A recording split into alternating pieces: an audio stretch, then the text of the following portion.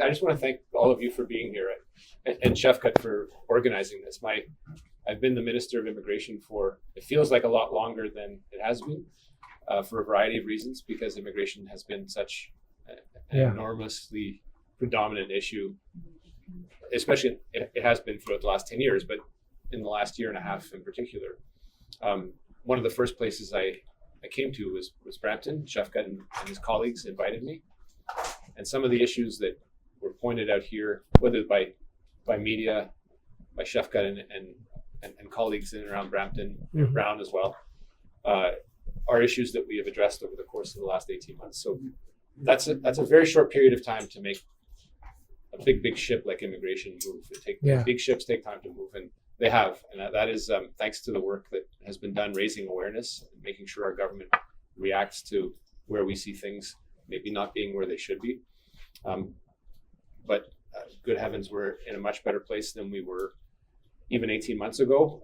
And especially in the context of the last 3 months, I think we can also be really happy to be in Canada, but also be very proud to be Canadian. If you hear what the Prime Minister has been saying, what even, just regular Canadians have been coming up to me saying how proud they are of being Canadian and that we need to keep fighting for Canada. And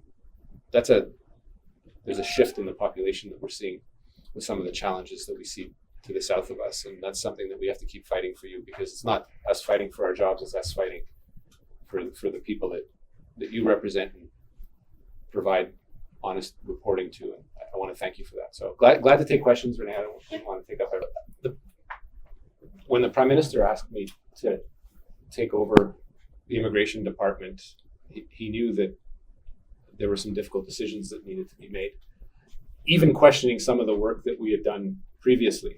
And for the reasons that Shefkat mentioned, that we came out of COVID with a perfect storm of structural problems in the supply system, provinces, businesses, chambers of commerce, demanding, colleges, universities, demanding more people in Canada.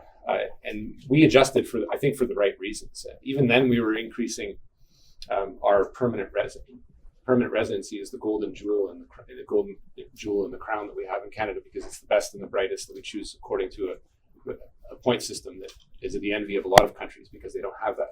It allows us to increase the GDP immediately. That has done a couple of things. It's made the workforce younger, which is extremely important. The Bank of Canada has pointed that out. The International Monetary Fund has pointed that out compared to countries that we compare ourselves to. So we've done a good job there. What I would say is, in some areas, we didn't get it just quite right. And the international students in some other areas, the system got overheated. Too many people came in. And I fault myself for trusting provinces and colleges and universities for too long. I think as we look at the immigration system, it's important to have a managed, controlled immigration system, especially when you get more ambitious, because you're talking about larger flows. And it means that if you're not getting that right, we are not serving the people right that are coming in, that are the most vulnerable, that need housing, that need the services that a country like Canada, the best in the world, is providing.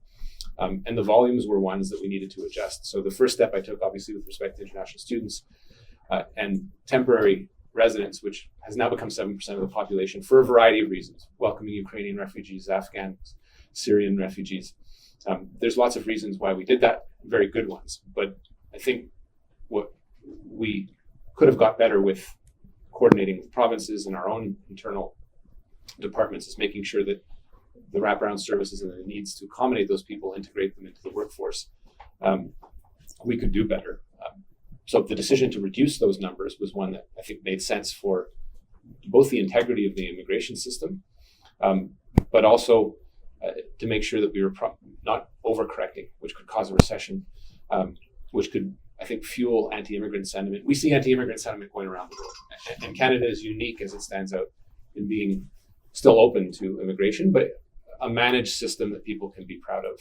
No more as it felt than in places like Brampton, places like Surrey, places that are immigrant rich. And it's felt by the communities themselves. So again, that was why it was important for me to come to Brampton and listen to some of the challenges that people were facing. The realization is that, unfortunately, the federal government can't do it alone. And these adjustments take time with consequences that come with them. And having a fair and firm system is very important because Canadian citizenship, permanent residency is something that has value. We don't want to dilute that value. We want people to be proud to be Canadian, especially now. But it comes with a sense of what those privileges are and the rights that come with Canadian citizenship. And the last thing I want to do is dilute the value of that. It's important to be proud. It's important to be Canadian. And those are some of the reasons why I think those adjustments in the context were important to be made.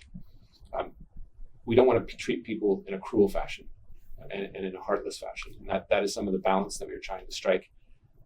Immigration has been a topic in every single election.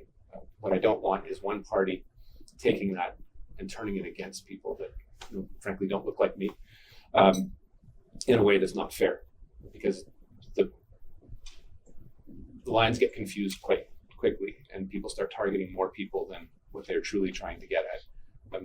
It doesn't mean that and as I said before, I don't pretend that we've done everything right, but my job, Shafqat's job, is to be honest with Canadians where we've gotten things wrong and to adjust and to listen to Canadians. So I think that's what we've tried to do in the last 18 months. We'll continue to slowly ramp down permanent residency numbers to a number that is fair within the next 3 years, and then reconsider, which is what I have to do almost every year as I adjust what I have to do in levels plan in the fall. So sorry for that again. Sorry for the long answer, but it's a good intro for the rest of the people who are curious. Lot of question answered. Yeah. My name is Ashok Bhatti from Radio Pakistan, Toronto and Toronto 360. After the second era of Donald Trump, they are planning a mass deportation from America. So what Canadian government is planning, because a lot of students people are here, they're not showing up in the colleges. A lot of, you already mentioned 7% illegal, people who are overstaying. 7% temporary residents. Temporary. They're not. Most of them are legal. There's a lot of illegal, like they are not like they're overstaying here. So with a specific plan for the deportation, government is planning for that, because we only have 1 month for the tariff thing, but the deportation thing again came from the other side. Yeah, I mean, look, you won't see Canada doing what the Trump administration is doing, and nor will we be adopting that rhetoric with respect to immigrants generally. It doesn't mean that we aren't firm when it comes to people that are here that are not authorized to be here. Canada is a rule of law. People that are here are entitled to adjudication of their case. But if you are here in an irregular fashion and don't have a right to stay, you need to leave or you will be removed. There's plenty of people whose visas end that do leave voluntarily. To the extent they take the decision not to respect the law, Canada will remove them. Last year, as an example, we had the largest number of removals in recent history. It's not something that we broadcast broadly, but it does take time. It takes time and it takes resources. So making sure that we have a system where when we welcome people, they understand their rights, they understand their obligations that they need to leave. Just as a tourist would be expected to leave on expiration of their visa, an international student that does not have the right to be here is expected to leave. People are here, for example, on a student visa to study. They're not here with a guarantee to become permanent residents or a guarantee to become Canadian. They need to understand that before they come to the country. In fact, they undertake to do so in the documents that they sign in order to get their visas. I'm not naive. I do know that people try to see hope and think because Canada is the best country in the world, they may have a hope to stay. In some circumstances, because our education system is one of the best in the world, we would expect some people to stay because we are getting some very, very bright people as part of the workforce, already trained, starting their integration, but it can't be for everyone. What I saw with the volume that we were seeing in 2023 was just unsustainable numbers to integrate people into our permanent residency level. So we had to adjust accordingly. And indeed, those visas are down about 45% this year, which is very important because there were some actors that were profiting from the ecosystem that was created, making lots of money. And frankly, no one was really paying much attention to what happened once people graduated. If you get a certificate in automotive engineering or a certificate in construction, you would hope that the person would get a job in that area, but you would not expect them to be in a restaurant restaurant serving people, because why spend $40,000 a year to do it? It's not fair to the kids themselves, and they're very young. So these are all things that that we are working on. It's not perfect, but the rhetoric of deportation that we're seeing to the south of us is somewhat alarming. It's their country. I've had discussions with the border czar that dealt with our southern border, which is their northern border. The U.S. Sends more asylum seekers to us than we sent to them, even with last year included. I have shut down a number of the visas that people got in order that they were using to go to the U.S. by 89% since last June to December. So what we've done internally has worked. But if the U.S. wants to have a managed border with Canada, they're going to have to work with us. If they don't, we expect them to prevent asylum seekers to come up through the U.S. into Canada, because that affects my ability to manage the immigration system. And if they expect us to prevent people from going south, they have to work with us on, what is the safest border in the world? 400,000 people cross every day. So those irregular crossings need to end. And so there's work on both sides of the border, and regardless of our differences politically with what's going on in the U.S., we actually have to work together at that border. Okay. Just for clarification, there's a couple of things that I did, including recently removing the student direct stream, just because of the reforms that I've made to the system that included addressing the issue that you've highlighted very eloquently, frankly, about fraud and verifying application letters and making sure that the institutions that are welcoming them, we are actually checking that these are true letters of verification. It was one of the first reforms that I made. So that has been able to catch a good chunk and clear instances of fraud. There was a statistic that came out a few months ago that clearly said we were able to catch clear instances of fraud, some of the most egregious, fake letters, et cetera. That wasn't being verified as well as it should be. And that was a shortcoming in the system that allowed some people to come here and show up with this letter, mostly unwittingly, thinking that they were going to University X, whatever it was. And it allowed bad actors to thrive. I've currently given more powers to the College of Immigration Consultants to crack down on this. This is a recent regulatory change. Those are people within Canada that are regulated. It's a little more difficult to catch instances of fraud that are occurring outside the country. Indeed, there are reports that the government of India has cracked down on one particular instance of that. So be it, they should. Illegality is illegality. We have to make sure that we are cracking down both internally and making sure that the conditions don't exist externally, so that we don't catch it before people come here and are duped. The cases that came up under Minister Fraser were ones that were investigated to make sure that the students involved were not complicit, and those that weren't were allowed to stay. That is a process that is, I think, largely complete. But again, these were shortcomings in the system where we saw people exploiting vulnerabilities, and mostly vulnerabilities of kids that weren't aware of the process for the most part in coming here. And I believe that largely that is caught.